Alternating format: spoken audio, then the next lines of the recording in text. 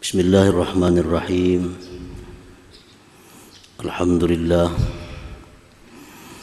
Alhamdulillahilladzi samma nafsahu bil khaliqil bari'il musawwir alladzi khalaqal khalqa wa bari'ahu wa sawwarahu bila sabqil amthali wan nadhair. Ashhadu an la ilaha illallah wahdahu la syarika lahul mudabbirul muqaddir wa ashhadu anna sayyidana Muhammadan abduhu wa rasuluhul munziru wal mubashshir. Allahumma salli wa sallim ala nabiyyil muzammil wal muddathir sayyidina wa maulana Muhammadinil hadi ilal taqwa wal birr wa ala alihi wa ashabihi wa zurriyatihi wa atba'ihi ila yaumil akhir. Amma ba'd. Al-mukarramun wal muhtaramun ma'asyiral habaib wal ulama, para muhibbin, hadirin hadirat rahimakumullah. Puji syukur senantiasa kita panjatkan kehadirat Allah Subhanahu wa ta'ala, yang mana pada malam ini kembali kita dikumpulkan, dipertemukan oleh Allah di Masjid Bustanul Muhibbin yang penuh berkah dan rahmat ini. Salawat dan salam kita haturkan atas junjungan kita Nabi besar Muhammad sallallahu alaihi wasallam dan seluruh keluarga, para sahabat, zuriat dan pengikut beliau ila yaumil akhir. Para muhibbin rahimakumullah, as-sani ashar was-salisa ashar war-rabi'a ashar min asma'illah al-husna al-khaliqul bari'ul musawwir. Yang ke-12 dan ke-13 dan ke-14 dari Asma'ul Husna Al-Khaliq Al-Bari Al-Musawwir.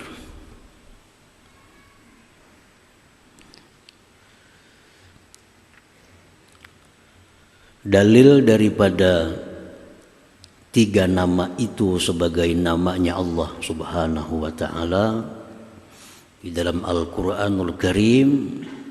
Allah Subhanahu wa ta'ala berfirman dalam surat Al-Hasyr, Huwallahul khaliqul bari'ul musawwir. Al-Khaliq, Al-Bari, Al-Musawwir itu merupakan tiga nama yang dianggap mirip maknanya.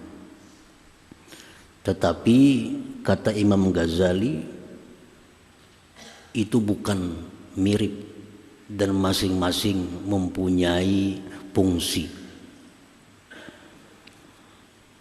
Al-Khaliq, Al-Bari, Al-Musawwir.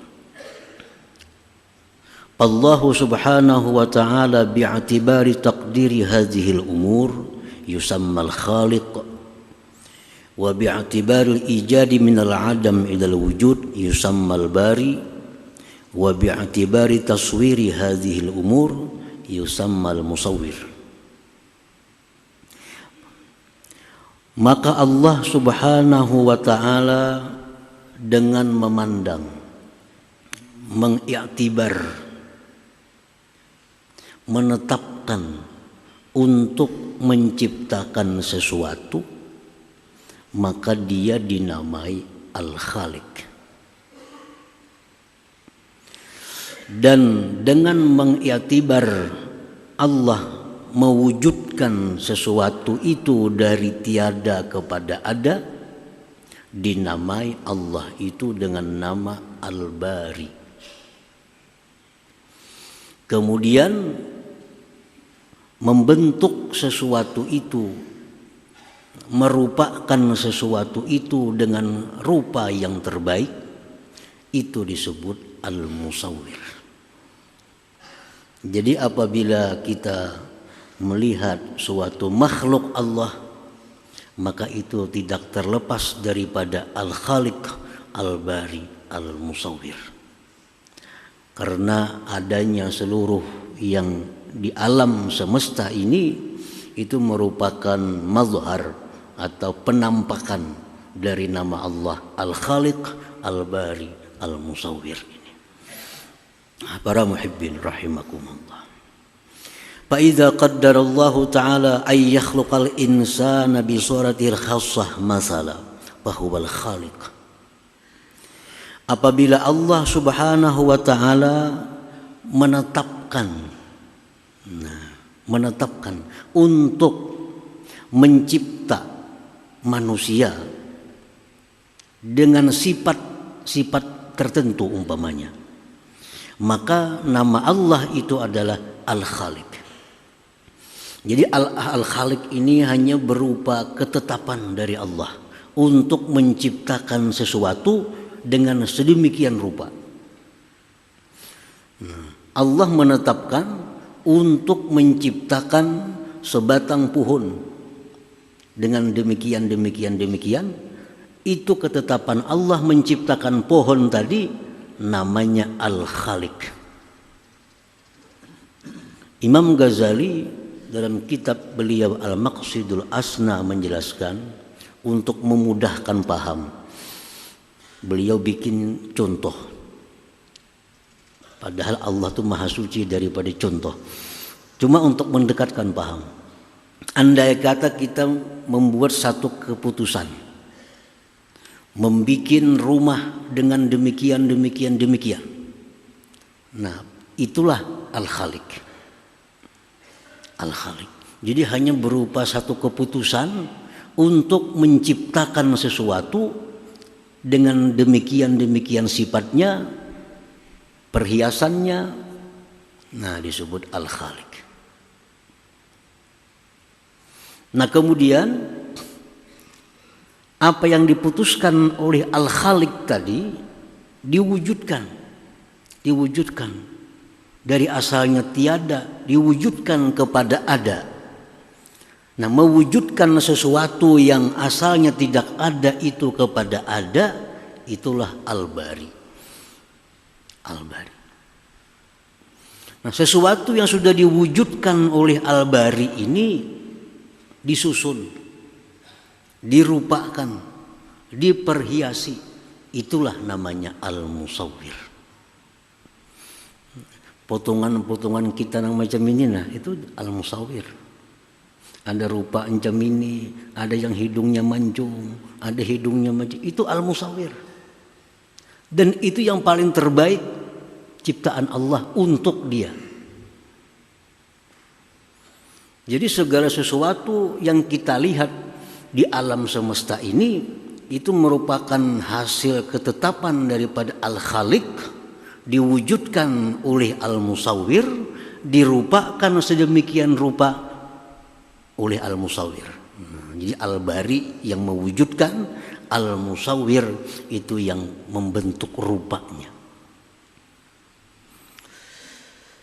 Para muhibbin rahimakumullah. Oleh karena itu susunan Asmaul Husna ini sedemikian rupa disusun oleh Allah. Wallahul khaliqul bari'ul musawwir. Itu kan susunannya demikian dalam Al-Quran. Wallahul khaliqul bari'ul musawwir lahul asma'ul husna. Nah, Allah itu Al-Khaliq, Al-Bari, Al-Musawwir. Itu memberikan satu isyarat kepada kita. Kalau hendak membuat sesuatu, rancang sesuatu itu, pikirkan sesuatu itu, lalu diputuskan untuk mencipta, untuk memperbuat atau meninggalkan. Ini supaya kita Al-Khaliq. Nah, rancangan yang sudah ditetapkan itu mesti diwujudkan, baru diperhiasi menjadi sesuatu yang sangat indah. Jadi nama susunan Asmaul Husna itu bukan sembarang susunan. Itu semua susunan Asmaul Husna mempunyai makna-makna, isyarat-isyarat yang tertentu dari Allah Subhanahu wa taala untuk kita pelajari, untuk kita gali lebih jauh. Kenapa susunannya demikian? Mulai Allah Ar-Rahman, Ar-Rahim, Al-Malik, Al-Quddus, As-Salam, Al-Mu'min, Al-Muhaimin, Al-Aziz, Al-Jabbar, Al-Mutakabbir. Susunan itu bukan tanpa arti. Semua itu susunan ada makna yang halus di dalamnya, yang bisa dijadikan pelajaran kita untuk kehidupan di alam dunia ini. Nah, para muhibbin rahimakumullah.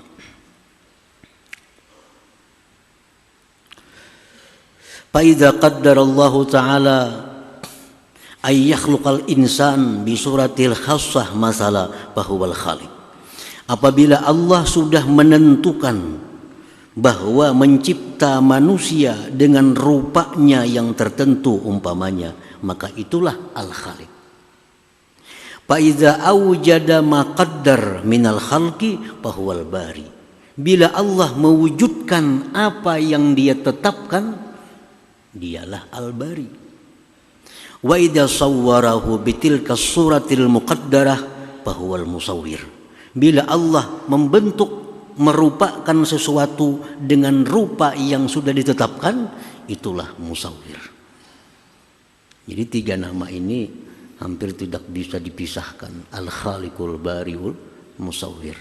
Imam Ghazali pun di dalam kitab beliau dalam membahas kalimat ini, Asmaul Husna ini biasa Ar-Rahman satu bab, Ar-Rahim satu bab.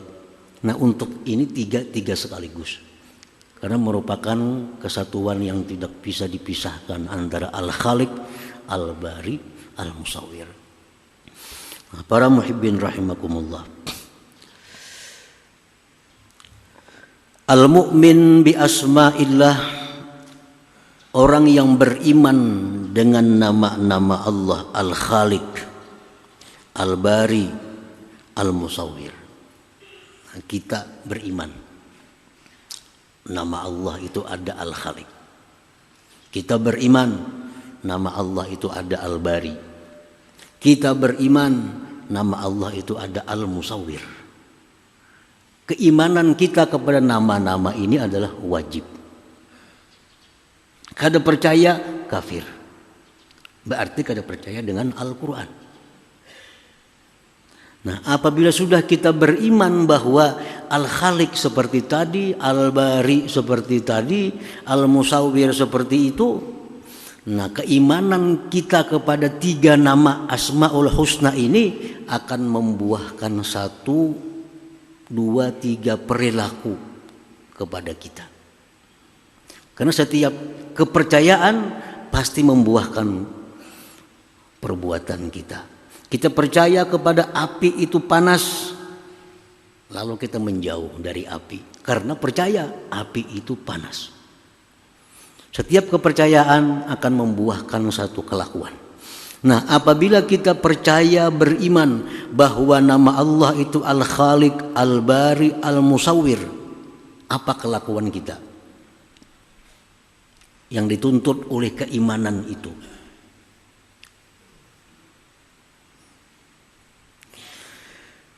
Ayyuqaddira fi'lat ta'at wa dzalika bihammiha. Bahwa orang yang beriman dengan 3 nama Allah tadi, dia mesti menentukan akan memperbuat ibadah, akan memperbuat taat. Dan yang demikian itu bihammiha, dengan mencita-citakannya, dengan cita-cita yang kuat. Jadi dalam hati kita ini mesti ada ketetapan, cita-cita yang kuat bahwa kita ini hidup untuk ibadah kepada Allah. Itu sudah ketetapan kita dalam hati. Sudah merupakan cita-cita kuat dalam hati kita bahwa kita hidup ini adalah untuk beribadah kepada Allah Subhanahu wa ta'ala. Baik secara umum Atau lebih baik lagi, ketetapan-ketetapan ibadah, cita-cita ibadah kita itu kita rincikan satu persatu agar lebih banyak dapat ganjaran pahala dari Allah Subhanahu wa taala. Misalnya, setiap malam kita mempunyai takdir, ketetapan, cita-cita yang kuat. Setiap malam kita bercita-cita, esok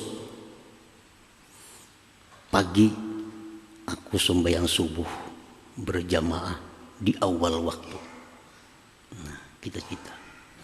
Dan esok aku akan sembahyang duha pada jam 9 misalnya.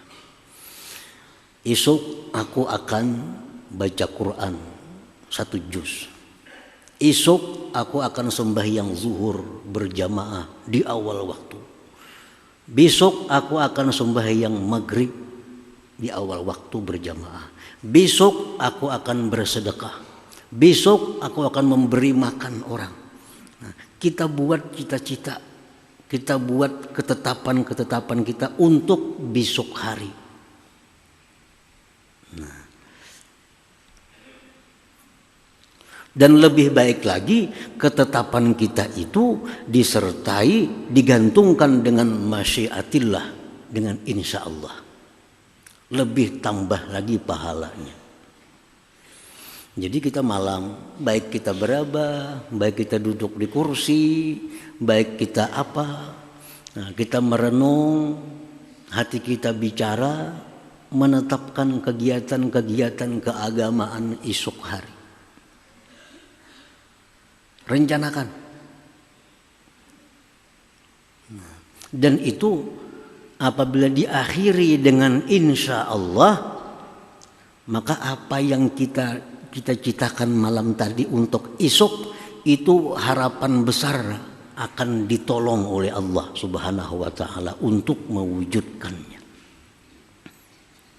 Jadi alangkah baiknya cita-cita ibadah yang kita lakukan di masa akan datang kita tutup dengan insya Allah. Berkat insya Allah itu Allah bantu kita untuk mewujudkan cita-cita itu. Para muhibbin rahimakumullah.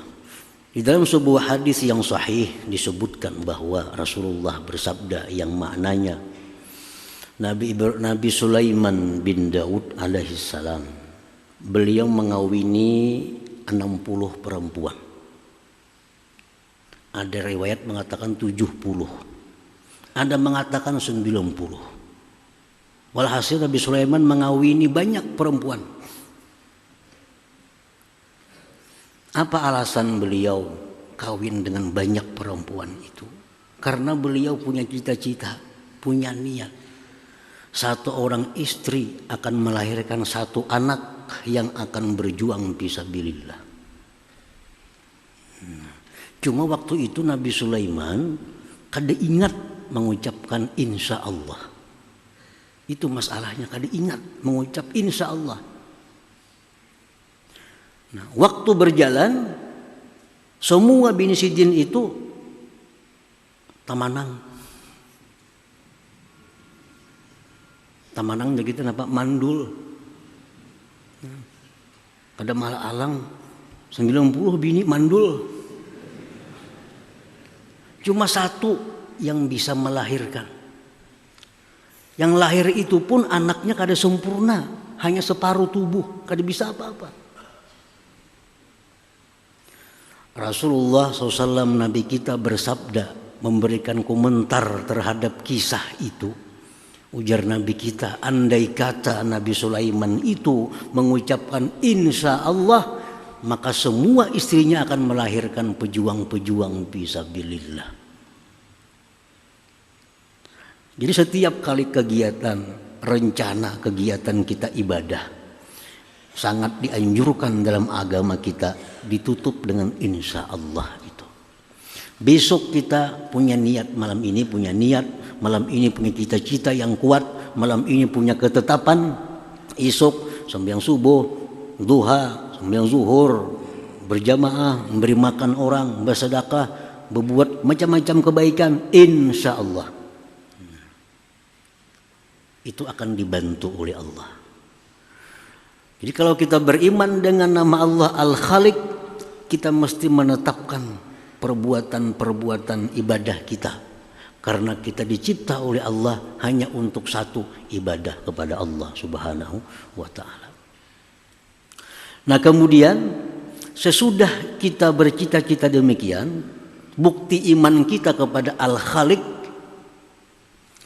sampai besok waktunya wujudkan ibadah yang kita citakan itu sebagai bukti iman kita kepada Al-Bari, nama Allah yang mewujudkan apa yang ditetapkan. Janji subuh sembahyang berjamaah, laksanakan. Pukul 9 janji sembahyang duha, laksanakan. Janji malam tadi membaca Quran 1 juz, laksanakan. Semua cita-cita itu kita laksanakan. Nah, hadirin hadirat para muhibbin rahimakumullah. Jadi keuntungannya kita mencita-cita kebaikan itu, keuntungannya kita menetapkan satu kebaikan yang akan kita perbuat di waktu yang akan datang itu kita sudah dicatat oleh Allah satu kebaikan. Satu kebaikan. Dalam riwayat yang sahihah disebutkan Allah berfirman dalam hadis qudsi, paman hamma bihasanah, barang siapa yang memperbuat satu kebaikan, mencita-cita satu kebaikan, mencita-cita satu kebaikan, dan belum dia laksanakan kebaikan itu, kata baha indahu hasanatan kamilah, Allah tulis dalam buku catatan amal satu kebaikan yang sempurna. Belum lagi digawi, belum dilaksanakan, kita sudah dapat keuntungan satu kebaikan yang sempurna. Jadi itu keuntungan ibadah yang dicita-citakan dengan ibadah yang secara spontan. Ibadah yang dicita-citakan itu ada plusnya. Berapa jam kita waktu mencita-cita ditulis oleh Allah, dan kita dijadikan orang yang punya maksud baik. Dijadikan Allah orang yang punya niat yang bagus.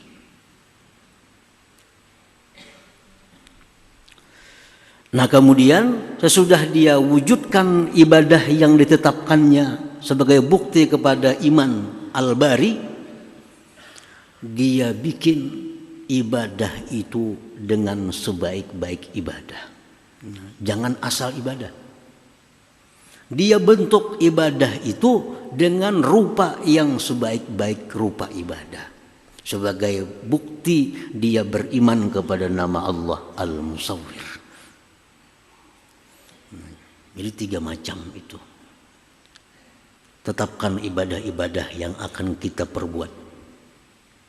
Sampai waktunya wujudkan ibadah itu. Yang ketiga, hiasi, perbaiki ibadah itu sehingga menjadi ibadah yang sangat baik di sisi Allah Subhanahu wa ta'ala. Para muhibbin rahimakumullah. Nah bagaimana cara menjadikan satu ibadah itu menjadi ibadah yang bagus? Imam Al-Ghazali mengatakan, yang pertama, ibadah yang kita perbuat ini menjadi ibadah yang bagus bi ikhlasil amal, dengan mengikhlaskan amal. Ikhlas amal ini seperti apa? Ikhlas amal ini kaniyatil imtisal li amrillah ta'ala, seperti dia niat melaksanakan perintah Allah Subhanahu wa ta'ala. Sembahyangnya menjunjung perintah Allah, baca Qur'annya menjunjung perintah Allah, memberi makan orang lain menjunjung perintah Allah, silaturahmi menjunjung perintah Allah, menuntut ilmu menjunjung perintah Allah. Itu amal yang indah, yang bagus apabila kita ikhlasul amal, ikhlas dalam beramal. Nah yang kedua, supaya amal ibadah kita ini lebih indah lagi, al-ikhlas fi talabil ajr, ikhlas dalam mencari pahala, ikhlas dalam mencari ganjaran. Bagaimana ikhlas mencari ganjaran itu? Kabtigha'i mardatillah, seperti menuntut, mencari keridaan Allah. Jadi kita beramal karena menjunjung perintah Allah dan mencari keridaannya. Mencari keridaannya. Termasuk dalam bab ikhlas mencari pahala ini, seperti dia minta ganjaran kadukhulil jannah, seperti masuk surga. Masuk. Aku sembahyang ini karena Allah dan supaya ke surga. Masuk dalam ikhlas talabul ajr. Atau yang lebih rendah lagi, dia beribadah itu menjunjung perintah Allah li salamatid darain, untuk selamat dunia akhirat. Itu masuk dalam ikhlas talabul ajr. Nah, jadi kita beribadah menjunjung perintah Allah dan mengharapkan ridhanya. Itu yang nomor satu. Itu amal yang sangat indah dalam pandangan Allah Subhanahu wa ta'ala. Lebih indah daripada orang beramal karena mencari surga atau mencari selamat dunia akhirat. Walaupun itu baik, tapi lebih baik lagi kalau kita beramal mencari keridhaan, mengharapkan keridhaan Allah Subhanahu wa ta'ala. Para muhibbin rahimakumullah. Yang ketiga, amal itu supaya lebih indah, lebih bagus, wa bi dzikri minnatillahi ta'ala, mengingat anugerah Allah. Nah, kita ini beribadah, kita ingat bahwa kita bisa beribadah ini anugerah Allah. Anugerah Allah, bukan dari diri kita, bukan dari karena ilmu kita. Bukan dari ilmu kita bisa beribadah, tapi kita bisa beribadah karena anugerah Allah. Nah, ingat itu. Jangan macam Qarun. Nah, Qarun itu alim, luar biasa alimnya, bahkan hafal Taurat dan paling hebat bacaan Tauratnya. Tapi Qarun ini kaya, dia merasa kayanya itu dengan ilmu pengetahuan yang ada pada dirinya. Dia lupa itu anugerah Allah. Akhirnya Qarun dan hartanya tenggelam. Karena ada ujub dalam dirinya, merasa itu dari dirinya sendiri, dari ilmunya, dari kehebatannya. Nah, jadi kita beramal, kita bisa nuntut ilmu, kita bisa berkumpul di sini semata-mata karena kita dapat anugerah Allah. Dapat anugerah Allah, dapat taufik hidayah Allah, dan kita dapat berkumpul di sini. Setiap ibadah kita ingat bahwa ini anugerah Allah.